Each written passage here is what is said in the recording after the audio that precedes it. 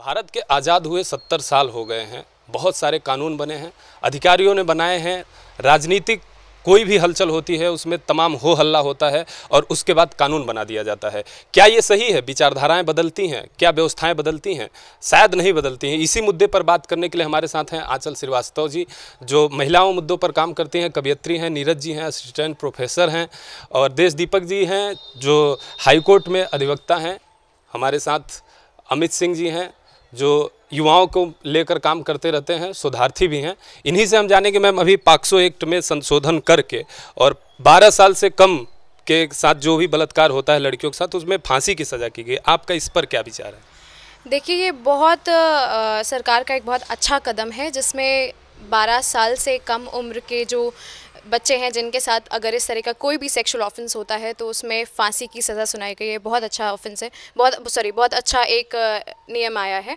और बहुत उम्मीद है कि आने वाले सालों में जो और भी लड़कियां हैं, 12 साल से ऊपर की जो लड़कियां हैं, जो महिलाएं हैं, उनके साथ जो बढ़ता हुआ क्राइम रेट है उसमें डेफिनेटली कुछ ना कुछ अच्छा सुधार होगा, अच्छे कानून आएंगे। और डेफिनेटली हम होपफुल हैं कि जिस तरीके से इसमें एक लॉ आया है उसमें रेप के अगेंस्ट कोई बढ़िया सा लॉ आएगा। सिर्फ 12 साल से कम की लड़कियों को से जो रेप होगा उसमें फांसी की सजा है। 12 से 18 साल की लड़कियों के साथ क्या होगा? देखिए, अगर हम लोग बायोलॉजिकल फैक्ट्स को लें तो ऐसा माना जाता है कि टीनेज में लड़की या लड़का, टीनेजर जो है वो 13 ईयर्स से स्टार्ट होता है। और टीनेजर से जो प्यूबर्टी स्टेज स्टार्ट होती है, और उस तरीके से हम लोग ये मानते हैं कि अब लड़की बड़ी हो रही है, जवान हो रही है। तो उसमें कई सारे मुद्दे ऐसे आते हैं कि हाँ ठीक है, लड़की जवान है तो उसने हो सकता है प्रोवोक किया हो, या बहुत सारी चीज़ें आती हैं। तो मेरा ख्याल ये है कि शायद कोर्ट ने इन सब चीज़ों को मद्देनज़र रखते हुए ये फैसला लिया होगा। बट 12 साल पे एग्जैक्टली चीज़ों को लिमिट कर देना थोड़ा सा मेरे जो समझ है उससे परे है। मुझे लगता है कि इसकी लिमिट बढ़ाई जानी चाहिए। हमारे साथ सर, आप बताएंगे हमको कि बलात्कार की ये जो घटनाओं पर जो कानून बना है ये कहाँ तक सही है?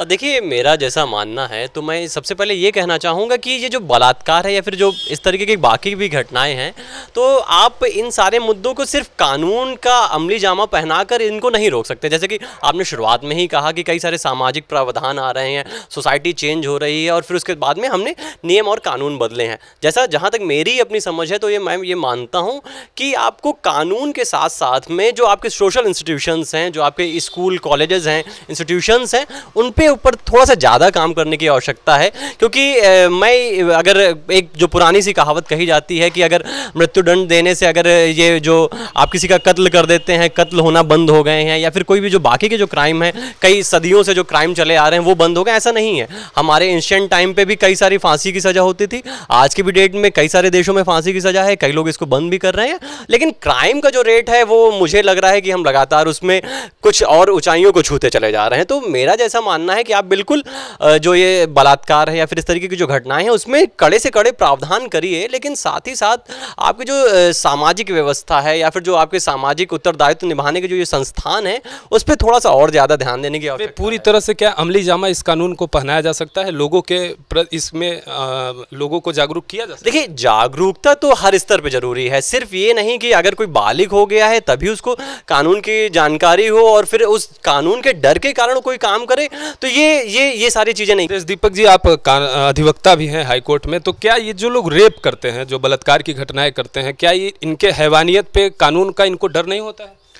देखिए, ये कानून के डर की अगर बात करें तो कानून डर के लिए नहीं बनाया जाता। कानून इस चीज़ के लिए बनाया जाता है कि कोई भी अगर चीज़ हमारे यहाँ कोई भी ऐसी चीज़ है तो वो हमारे समाज को एक सभ्यता की तरफ लेके जाए, कोई ऐसी चीज़ ना हो। देखिए, फांसी की सज़ा बिल्कुल सही इसलिए है क्योंकि जिस तरीके से रेप का ग्राफ हमारे देश में बढ़ रहा है उसमें अगर रोकना है तो हमें एक बड़ा कदम उठाना। बहुत सारे कानून पहले से ही हैं और बहुत सारे हजारों लाखों केस पेंडिंग पड़े हैं अदालतों में, तो क्यों ना फांसी के बजाय अथवा नए अदालतों का जो तत्काल जो है इस पर फैसला ले, एक समय सीमा निर्धारित करें उसमें। देखिए, हमेशा एक चीज़ आएगी, हमारे यहाँ एक नेचुरल जस्टिस कहा जाता है। नेचुरल जस्टिस का मतलब ये होता है कि बिना दोनों पक्षों को सुने हम निर्णय नहीं दे सकते।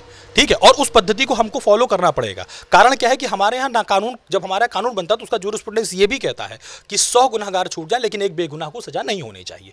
रही बात पेंडेंसी को लेकर के जो आप कह रहे हैं कि हाँ, पेंडेंसी में हमारे यहाँ कोर्ट्स की कमी है, हमारे यहाँ कोर्ट्स कम है, हमारे यहाँ जजों की तो बहुत ज़्यादा कमी है इस वक्त। अमित सर, आप हैं मानवाधिकार के मुद्दों पर काम करते रहते हैं, मानवाधिकार जो कि फांसी सजा का हमेशा विरोध करता रहा है, तो क्या आप इससे लेकर आप सहमत हैं? देखिए, मानवाधिकार से जुड़ा हुआ हूँ इसका मतलब ये नहीं है कि मैं हर मुद्दे में समर्थित रहूँ या नहीं रहूँ। एक अपनी आदमी की निजी स्वतंत्रता होती है और उसके तहत अगर मुझे मतलब मेरा जो पर्सनल मानना है या पर्सनल ओपिनियन है मेरा, तो मेरे हिसाब से डेथ या कैपिटल पनिशमेंट किसी भी चीज़ का इलाज नहीं है। अगर उसे गौर से देखा जाए तो अगर आप देखें तो बहुत सारी ऐसी कंट्रीज़ हैं जहाँ पे कैपिटल पनिशमेंट है लेकिन उसके बावजूद भी वहाँ पे अभी तक रेप हो रहे हैं, और निर्भया से हमारा मामला बढ़ता है। और अगर हम देख रहे हैं तो आप देखिए डेली के डेली ये केसेस बढ़ते ही जा रहे हैं।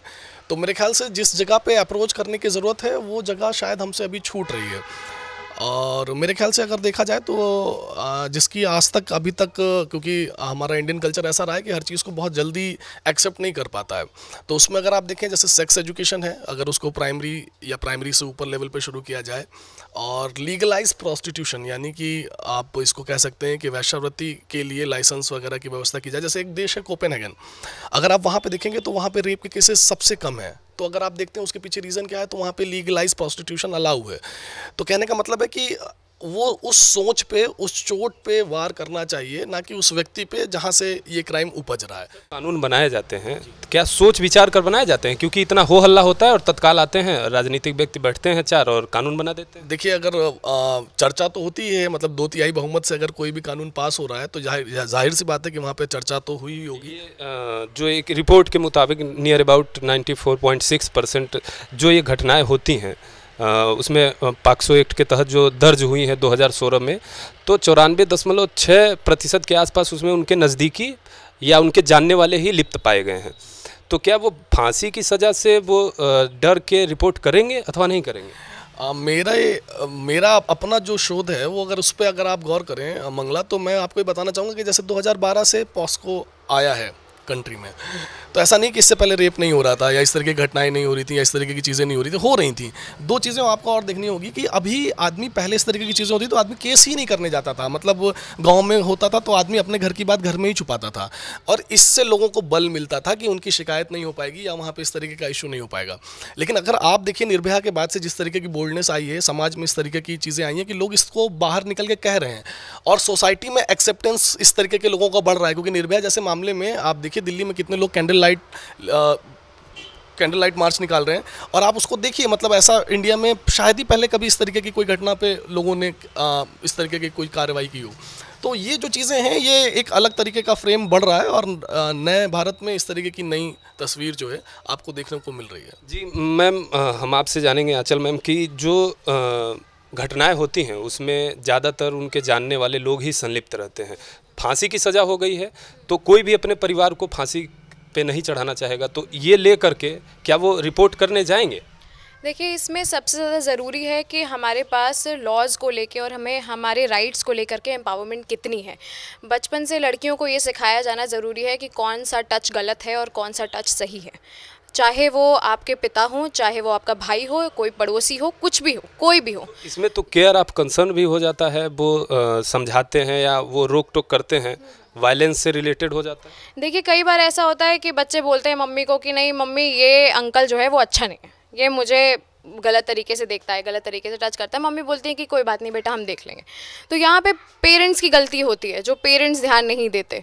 तो केयर और कंसर्न की बात ठीक है, लेकिन अपनी जगह ये बात सही है कि आपको बिल्कुल मालूम होना चाहिए कि कौन गंदी नज़र आपके ऊपर रख रहा है। और अगर हम ये सारी चीज़ों के लिए जागरूक करते रहेंगे, बच्चों को बताते रहेंगे, अपनी बड़ी होती लड़कियों को बताएंगे, तो डेफिनेटली वो इसके लिए एक स्ट्रॉन्ग कदम उठाएंगे। घटनाएं तो होती रहती हैं, लोग बाहर रहते हैं, जब हो हल्ला होता है तो राजनीतिक समीकरण सुधारने के लिए तो नहीं कानून बना दिया जाता है? देखिए, इस देश की पॉलिटिक्स के बारे में तो कुछ कहा नहीं जा सकता है। कई बार इस तरीके से भी चीज़ें होती, अक्सर इस तरीके से चीज़ें होती हैं, लेकिन ये जो 2-3 मामले जल्दी में सामने आए, उसमें इस तरीके का कुछ भी इसके पीछे बैकग्राउंड रहा हो, हमें उससे मतलब नहीं है। मतलब ये है कि एक अच्छा अध्यादेश लागू हुआ है और इसका ज़रूर से पालन होना चाहिए, और डेफिनेटली जैसे 12 साल की लिमिट रखी गई है उसको बढ़ाना चाहिए, और औरतों के लिए, महिलाओं के लिए भी इस तरीके की चीज़ों को आगे लाना चाहिए कि अगर आपके साथ कोई इस तरीके की घटना होती है, सेक्सुअल ऑफेंस होता है, तो उसके लिए सख्त से सख्त सज़ा होनी चाहिए। आप सहमत है फांसी की सज़ा से? बिल्कुल, मैं बिल्कुल सहमत हूँ। आप देख रहे थे,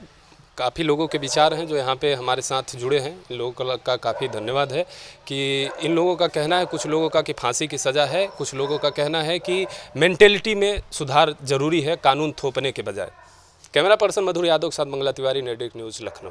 क्या आप दिल्ली से दूर कहीं और हिल स्टेशन पर गए हैं? क्या लौट के आने का दिल नहीं कर रहा? अरे जनाब, लौट आइए, क्योंकि डीपीएल ग्रुप ला रहा है आपके लिए एक ऐसा आशियाना जहां आप नोएडा दिल्ली के मयूर विहार और सरिता विहार से मात्र 10 से 15 मिनट में पहुंच सकते हैं। प्रकृति की गोद में बसे फ्लोरा फार्म हाउस में swimming pool, cricket ground, club से लेकर children zone, party lawn, cafeteria, horse riding और एडवेंचर एक्टिविटीज की है ढेर सारी फैसिलिटीज। तो आप प्रति स्क्वायर फीट मात्र 577 रुपए में बनाइए अपने सपनों का आशियाना, क्योंकि ऐसी फैसिलिटीज कहीं और कहां। हमारे साथ जुड़े रहने के लिए हमारे YouTube चैनल को सब्सक्राइब करें, साथ ही बेल आइकन को दबाएं। नेटवर्क न्यूज की खबरें सबसे पहले देखने के लिए।